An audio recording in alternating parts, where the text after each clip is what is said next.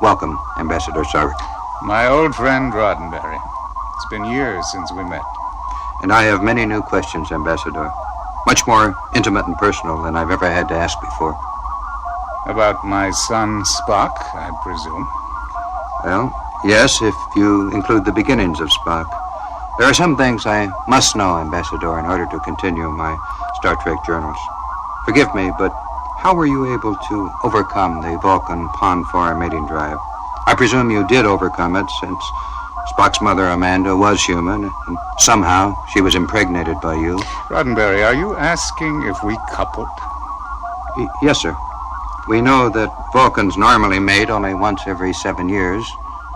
And since it is known that we pay for our sexual repressions during these years by an almost animal madness, this has aroused a prurient curiosity among humans. It comes out of our affection for your son Spock, Ambassador, and your son's future. He's half human. We've seen him reject a Vulcan marriage. Is marriage to a human female possible to him? It was for me. But if you take the madness which happens to your people at the time of Pon Farr, then add to it the extraordinary strength of a Vulcan. Ordinarily, an Earth woman could not enjoy that. If she survived, she might be severely injured, both physically and emotionally. Regarding that... Roddenberry, I will not paint a word picture. I will say that humans and Vulcans mate in somewhat similar fashion. In quite similar fashion. But physical contour, mass, duration, and energy do vary. Since we are deprived of our reason during this time, the rest depends upon the woman. Not just her strength, but also her wisdom, her patience. Is it possible to ever completely overcome the Pon Farr madness? It is probably impossible to a Vulcan in his youthful prime. Fortunately, I was not.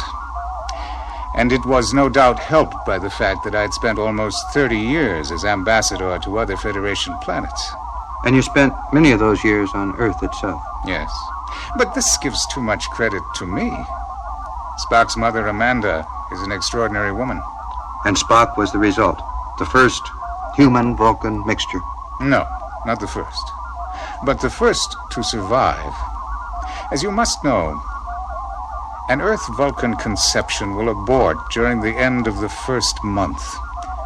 The fetus is unable to continue life once it begins to develop its primary organs.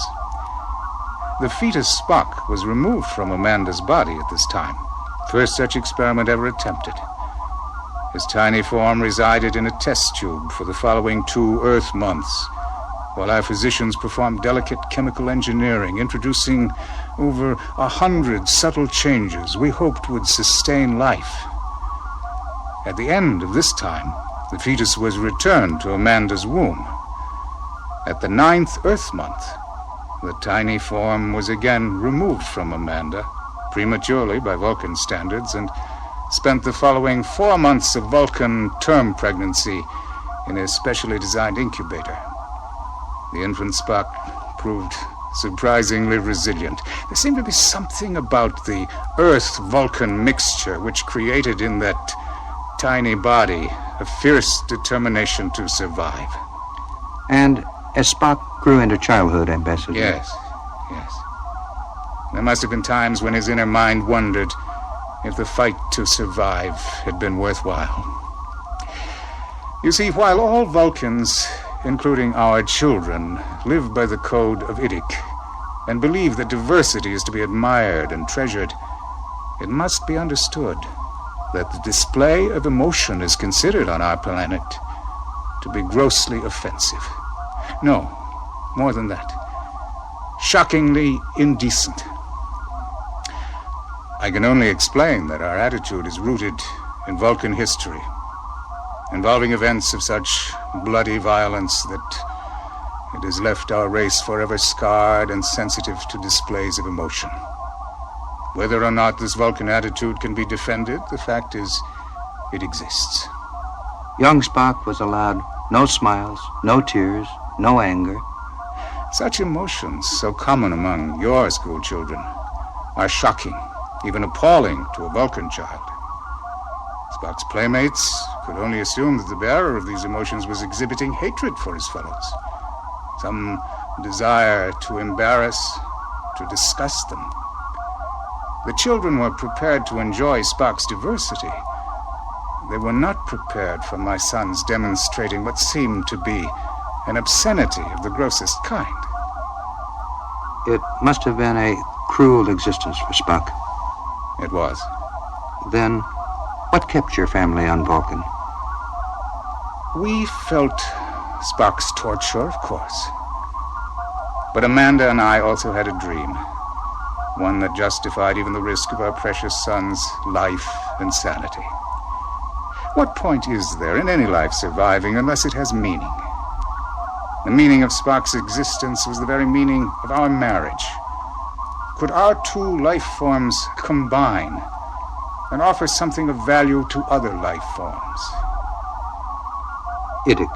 Yes. Infinite diversity from infinite combinations. It has given us quite a lovely universe. I will return to Vulcan now, if I may. Thank you, Ambassador. Engage transporter.